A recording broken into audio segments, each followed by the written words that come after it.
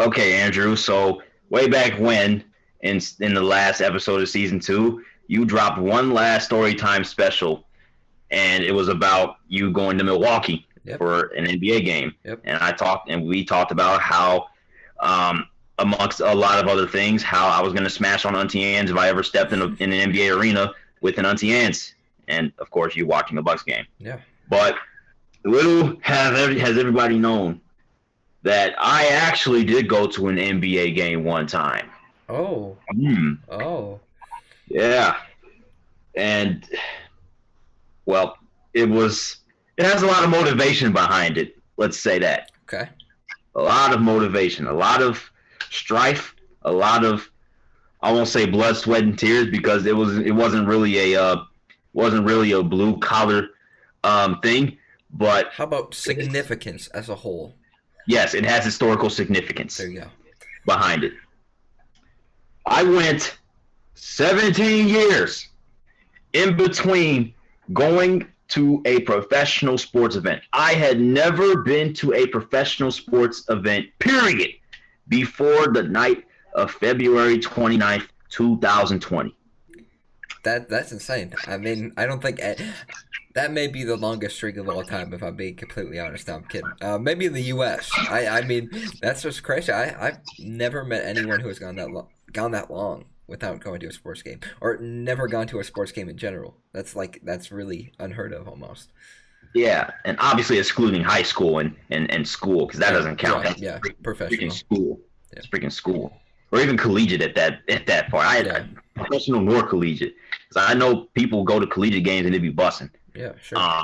Even though I'm about to go to college and I'm about to be bussing, but that's another story for another time. Dude, so my mama was just going to we were just going to this random trip in Miami for my mom had a friend who was like, I don't know, going on a cruise or something, and she wanted to see her or whatever. And I think I remember telling you about a baseball arcade machine when I went to Texas, and I absolutely tore up a baseball arcade game, and I had Astros fans around me, and I was making Dodgers Astros jokes, looking like a legend.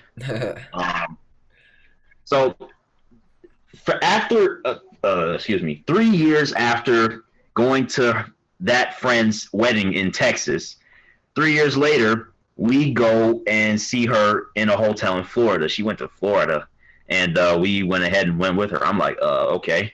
And I'm like, well, what's the point of me going?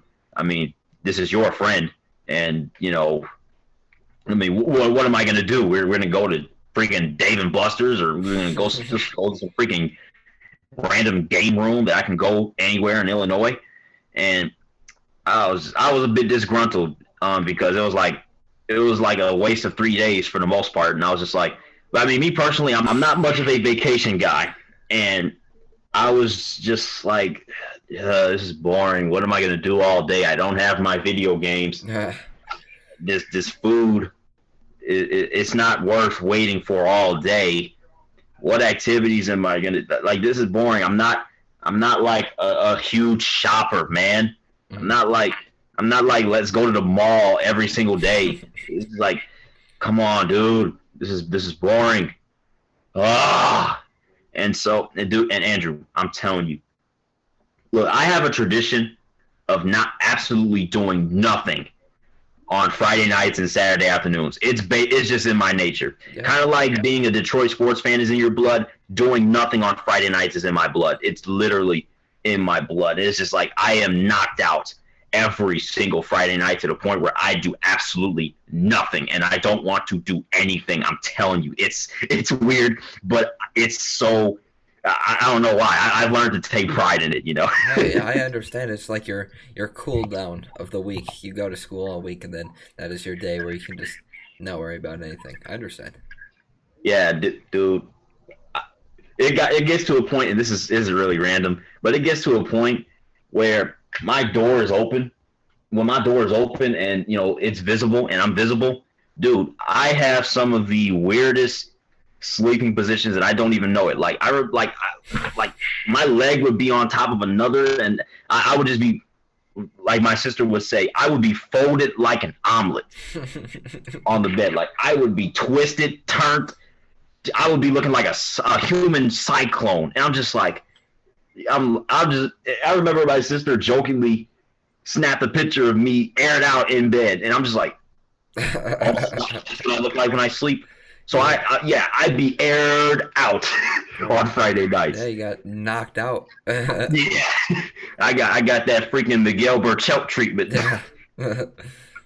Except it wasn't to the point where people thought I was gonna die or anything, but that was a deadly punch. Of course. But yeah, so we're in Miami over a weekend. I think we got there Thursday, and then we spent the weekend there and got back Sunday. And I was just like, what the heck am I gonna do? We went to this place called Fun Dimension, which is another skin of an arcadey place and stuff like that. Bit underwhelming, very underwhelming, I must say. But the main bright spot for me was the fact that it had an air hockey table and obviously the famous Orlando Magic hoop that I took a picture with. Nice. Yeah, I've only been to Miami once, I believe, and I don't know, it's cool. I didn't go to an arcade, but I'm sure it was interesting. Yeah, and obviously, I'm just looking at this as some regular old trip. And look, my sister is a huge look. Jotham is to sports as my sister is to art. She is all over the art game. Like, she is so into art, it's insane. Mm-hmm. And I'm just like Miami, there's like this whole city full of art, and we just driving around it. Me, I'm not much of an art person, so I was kind of bored. But I'm like, you know what? It's family, so I guess this cancels out a little bit. Yeah. But I was like, this is boring, dude. I have nothing to do. Yeah. It's tough to go to art museums or art places because it is kind of boring. I understand. Yeah, but that was what it was. So obviously it was Friday night. I was knocked out as usual. I wake up Saturday morning and I went back to sleep. And then I wake up late Saturday morning. I go back to sleep. And then I wake up Saturday afternoon and I go back to sleep. I slept the entire Saturday out because I had nothing to do. What happened was, I think my mom went out with a friend, and it was just me and my sister in the hotel room all day, and we did absolutely nothing.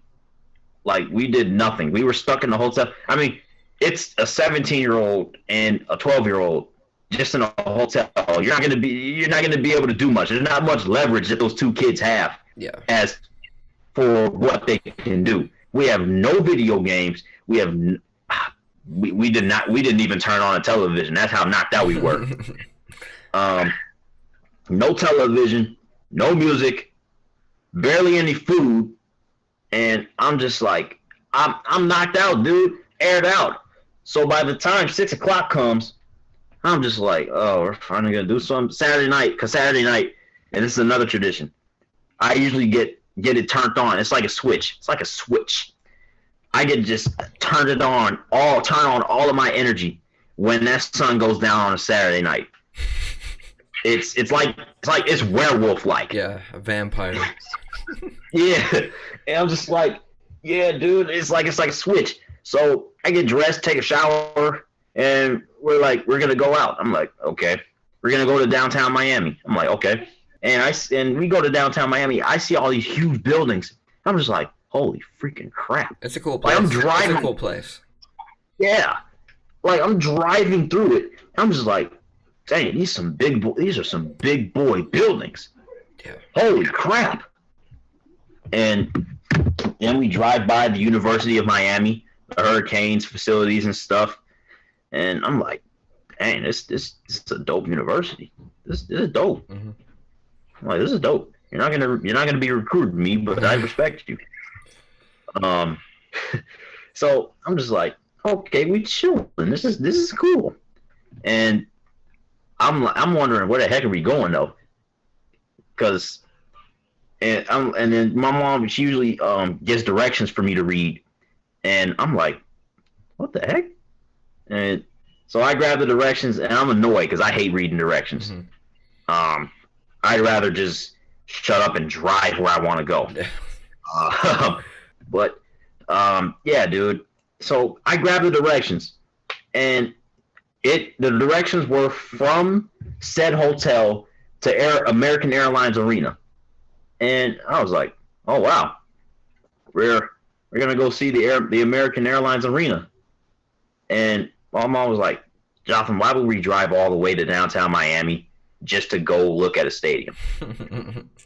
I said, we're gonna expletive that. We're gonna keep it PG-12, even though it's PG-13. But I'm just like, no freaking way. And in my mind, I'm just like, oh my gosh. I remember when this happened because you were kind of in school. You're like, I don't know, I'm going to Miami in February, late February. Who knows? Maybe I might have to catch Patrick Mahomes. Remember that? you were teasing the Super Bowl. I was so heated because I'm like, we literally just missed the Super Bowl, and I'm seeing all these Super Bowl billboards around Miami still hanging up a month later, and I'm just like, you mean to tell me you oh my, I was heated, dude. I could have been at the site of the Super Bowl. You could have. I was literally sniffing Super Bowl. You could have saw the GOAT play. You could have saw the GOAT play. I'm kidding. Now, imagine if I went to Tampa Bay, dude. That would have been crazy. I would have been equally as heated. Yeah. But that's beside the point. So she hits up the directions. I'm like, we're going to a Heat game? And I look at the schedule, and I see the Nets play the Heat. I was looking at it all trip long. I'm like, I wish I could go to this game, man, while I'm here, man. This and that. Little did I know, she behind my back brought tickets from a season ticket holder. And I'm just like, what did I do to deserve this? What did I do to deserve this? What's going on? Granted, we did get in the game a little late. It was the second quarter when we got in or whatever. Yeah. I was not too happy about that because I'm like, bro, come on. We literally just snoozed through the entire day. How were we an hour late for this game? Yeah, that's unfortunate.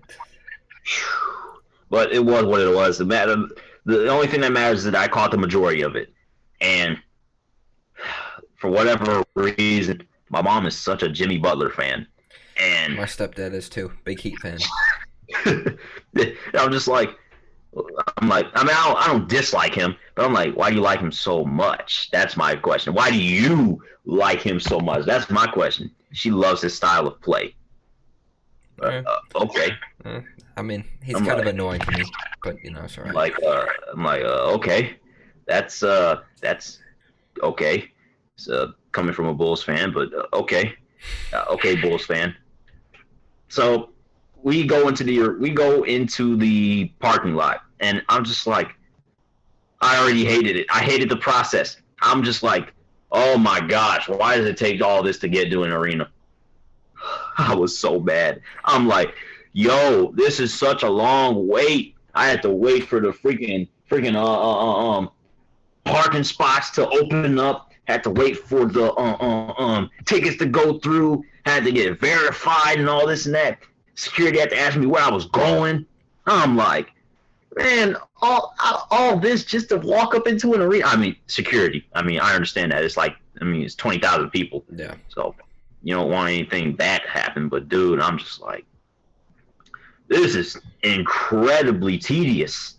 Yeah. Oh my gosh. Yeah. It is. Whew. It is a process, but it's all worth it when you get in.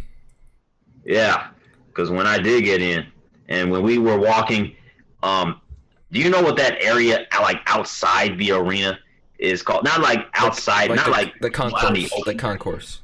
Yeah. Yeah. With the concession stands and stuff. Yeah. Yeah. So I'm walking in the concourse, and I'm just like, holy freaking crap! Holy crap! I'm looking in an arena. I can finally see the inside of an arena. Yeah, I was looking around like, what the heck is this place? And dude, when I walked into the arena, bro, I think I was the first of the three of us to walk in. Bro, I walked in and I just looked around like my brain was non-existent. Like all brain cells were shut down and just focused on the eyes, looking at what the heck I was seeing. I'm like, so this is how big an NBA arena is. I looked at the upper deck. I was like, holy smokes. Oh my goodness, dude. When I tell you my jaw was dropping, that jaw was dropping, dude. I couldn't believe, I didn't know NBA arenas looked so small. I mean, you almost forget that there's an upper deck. Yeah, yeah. I mean, some are smaller. The multi-sport venues are usually a lot bigger than just NBA. Like you look at the Bucks, it's a lot smaller than the United Center or Little Caesars Arena because hockey stadiums are bigger than basketball. Larger space for the ice. It's really interesting. So, I mean, I guess where the Heat play, I guess that's a massive place. I mean, I heard it's really cool too. Yeah, it looked really cool. Now, for whatever reason, there was a Michael Jordan jersey hanging in the rafters. It was completely random. Yeah, yeah, that is odd because no, he's not retired around the league, but that's weird. Maybe some teams respected him that much. Yeah, I guess so. But I mean, I saw Dwayne Wade's jersey. I think they had Shaq's jersey up there too. They I don't probably know. did. They probably did. Probably did. Yeah, the American Airlines Arena is a full-time basketball venue. I'm just like, I'm looking around, and dude, I look at the seats. The colors were just mind-blowing. The flow of the colors, the red, the orange, and the yellow. I'm just looking at it like, oh my gosh, oh my gosh, oh my gosh. And dude, remember earlier when I was talking about I don't like the inconsistent uniforms. I don't like the drawing away from your color scheme. So I don't really have a problem with Miami's Vice jerseys, but I do not like it when teams have completely different uniforms compared to what their arena is colored like. Yeah, I mean, sometimes they do change it up. Like the court gets changed based on the jerseys that they're wearing. That happens in Miami, I know, but it doesn't happen too much elsewhere. Yeah, and I was just super annoyed because I'm like, I see all this blue, this light blue and purple around me, and I'm just like, oh my gosh, dude, I want to see the red and white and black and yellow. My gosh, dude, I was so annoyed, man. But I sat down, watched a good game, and I'm wearing a black hoodie, because I don't know if you've seen me in my black hoodie before, but I usually, when it's chilly but not cold, I will wear like this black sweater or hoodie. Yeah. And obviously the Brooklyn Nets were wearing their black jerseys, and I was sitting there thinking, I hope people don't look at me like I'm a Nets fan or something. I wouldn't be surprised, honestly. You were in there. Yeah. You're wearing the black when everyone else is wearing the Heat colors. I wouldn't be surprised. Yeah, dude. And dude, I finally got the game day experience, and there was some good, there was some bad. The bad was there was this little kid. Every single time the Nets had possession of the ball, this little kid is the only person in the arena screaming, "Defense! Defense! Defense!" I'm just looking at the kid like, would you shut up? You're gonna get those fans, I guarantee it. I've encountered numerous. Yeah, I enjoy getting into the game. Look, bro, it's either none of us are gonna do the chant or all of us are gonna do the chant. There's no in between. Come on. Yeah, that's funny. I've seen people like that. Not just little kids, but older folks as well. Yeah, I was like, I did not know it was this annoying. I mean, and the kid was near me, like within feet. It's like when you get on an airplane and there's like a baby crying in the background the entire time, or in like a movie theater. Ugh, bruh, it was super annoying, and I'm just like, man, this kid must be a diehard Heat fan. Jeez, man. And obviously, the game was a really good one. it looked like the Heat were pulling away all game long and this and that, but the Nets came back, and I'm like, oh man. And I kind of wanted the Nets to win because I wanted to see a bunch of salty fans in person. I mean, it was going to be bittersweet, but I also wanted the Heat to win because I wanted the crowd to go berserk. I wanted to see like a buzzer beater. Yeah. I could have very well got one, but Spencer Dinwiddie airmailed the ball out of bounds, and that was history. I remember that. I was on I believe Twitter, and there was a post that said Spencer Dinwiddie game winner exclamation mark exclamation mark exclamation mark. I clicked on the video, and it's him airballing. So they clickbaited the video. It was the funniest thing ever. They said, "Oh, game winner! Click on the video. It's the worst shot you've ever seen." Yeah, dude. I looked at that and I was like, "That is the worst." Anticlimactic too, I'm sure. Yes, I was sitting there. Everybody was standing up. I'm like, "Oh, this is where we stand up." I'm like, "Oh yeah, let's stand up. Let's get lit then. Let's get lit then, Miami. Let's get lit, Miami." And then Spencer did. I mean, we got lit. They got lit when he turned it over because everybody's like, "Yeah, yeah," getting in his head, and I was just like, oh my goodness. And then the defense chants chilled. They gave me chills. Now, I wasn't screaming to the top of my lungs because I'm neutral. Yeah. Yeah. I'm neutral. I'm not extremely supporting a team. I like both teams pretty decently, even though, technically the Heat are supposed to be the Magic's biggest rival. But yeah, dude, I was just like, yo. And then the game was over, and I got to see Jimmy Butler doing a post-game interview, and I was like, wow. So that's how the interviews work. Mm-hmm. They walk over and literally pull you over and ask you questions, yep. And then they just walk away like nothing happened. Mm-hmm. Look, bro, I don't know if I don't know if I'm gonna be that blunt if I'm ever a sideline reporter, but I'm at least gonna try to have some fun with the winning player. Yeah. But yeah, dude, the PA announcer was more crazy. Oh, I'm sure. The fans, there were a lot of fans that were pretty juiced. I know this was one dude that was dancing the whole game, and I'm just like, I don't know. I didn't know the Heat had one of these guys. And then, dude, during the breaks, I got to see what happens during the breaks. I didn't know what happened during the commercial breaks. They had these dancers and these performers. Dude, there was this group of old people that were dancing, and I was just like, are you freaking kidding me? I've seen that in Chicago as well at a Bulls game. Yeah. I'm like, this is strangely dope. It's cool. They got some, especially halftime too. They got some really cool performances, whether that be dunking basketballs from like the extreme team or whatever. Yeah, it's cool. Yeah, dude, and I'm just like, wow. And so the game was over. The Heat won, and we're going back home. Well, back to the hotel, and I'm just like, I'm fried. I really just went to a pro basketball game. I really just went to a pro game, period. There you go. And I remember hitting up all my buddies, including you, like, the streak is over. Yeah. One of the streaks is over. One of the streaks is over. Yeah, I remember that. Sent the picture too. Yeah. Oh yeah, dude. Yeah, that Miami trip, it was boring for the most part, but that game was the trip's saving grace, because dude, if it weren't for that, and dude, we forget about this pretty often, but that was literally 2 months before this whole pandemic started. Yeah, like you lucked out. You lucked out.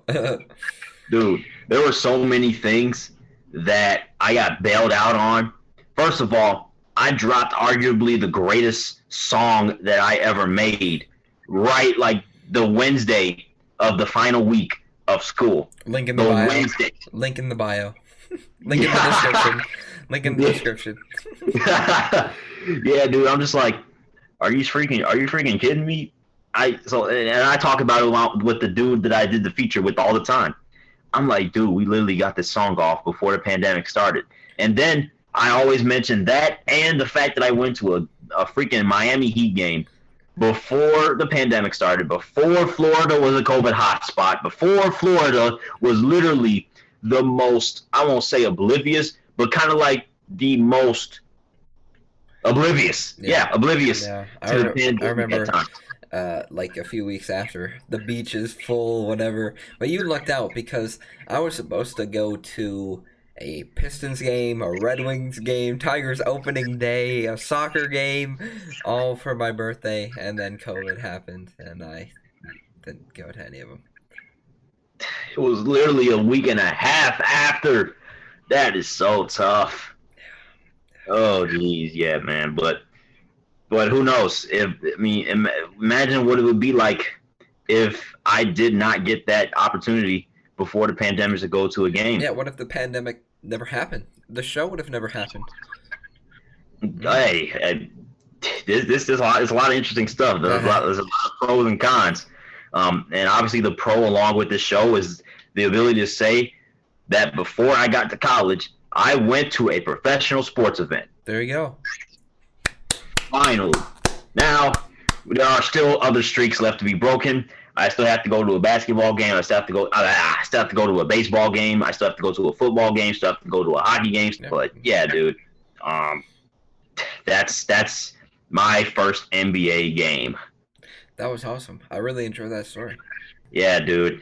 And speaking of stories, I'm not gonna lie, I'm starting to burn out a little bit with how many stories I have left in the tank. It might take a little bit of, it takes a little bit of time to, recollect and recall stories, with certain things that happen in the world and stuff like that. Yeah, that's cool. Yeah. So what we're gonna do here at Top of the Status, we're gonna spread these stories out, maybe one or two a month. That's probably good. I mean, it's kind of tough doing them every single week. You gotta go back to the memory books, and then we're eventually gonna run out. So spreading them out, maybe one, two, maybe if we get a cool one, then we'll probably tell it immediately. But if not, probably one or two a month. Yeah, because look, I'm going to be honest with you. I don't know about you, but I have been digging to the deepest of my archives. Like a 2011 spelling bee. I'm gonna be honest with you. I could tell after that Cubs hat story. I was like, no way, this dude is telling a story about a hat. Oh my goodness! I mean, it's like you had a reason to tell the story about your baseball cap collection because it's a baseball cap collection. But the story of a baseball cap and how I pulled a girl with it and how it was so infamous, hilariously infamous within my identity. I think that was the moment where I just burnt out. I was like, yeah, we gotta spread these out a little bit now. Oh yeah, dude. But yeah, if you guys enjoyed this story time special, give us that like, comment, subscribe on YouTube if you're watching there. Give us that 1, 2, 3, 4, 5-star rating on Apple Podcasts, Google Podcasts, or whatever you're using to listen to Top of the Standings and the Story Time special. Give us a follow on Instagram, Twitter, and Facebook, the Big Three. And then check out our new website at topofthestandings.com. And we will see you guys next week for episode 33. Peace.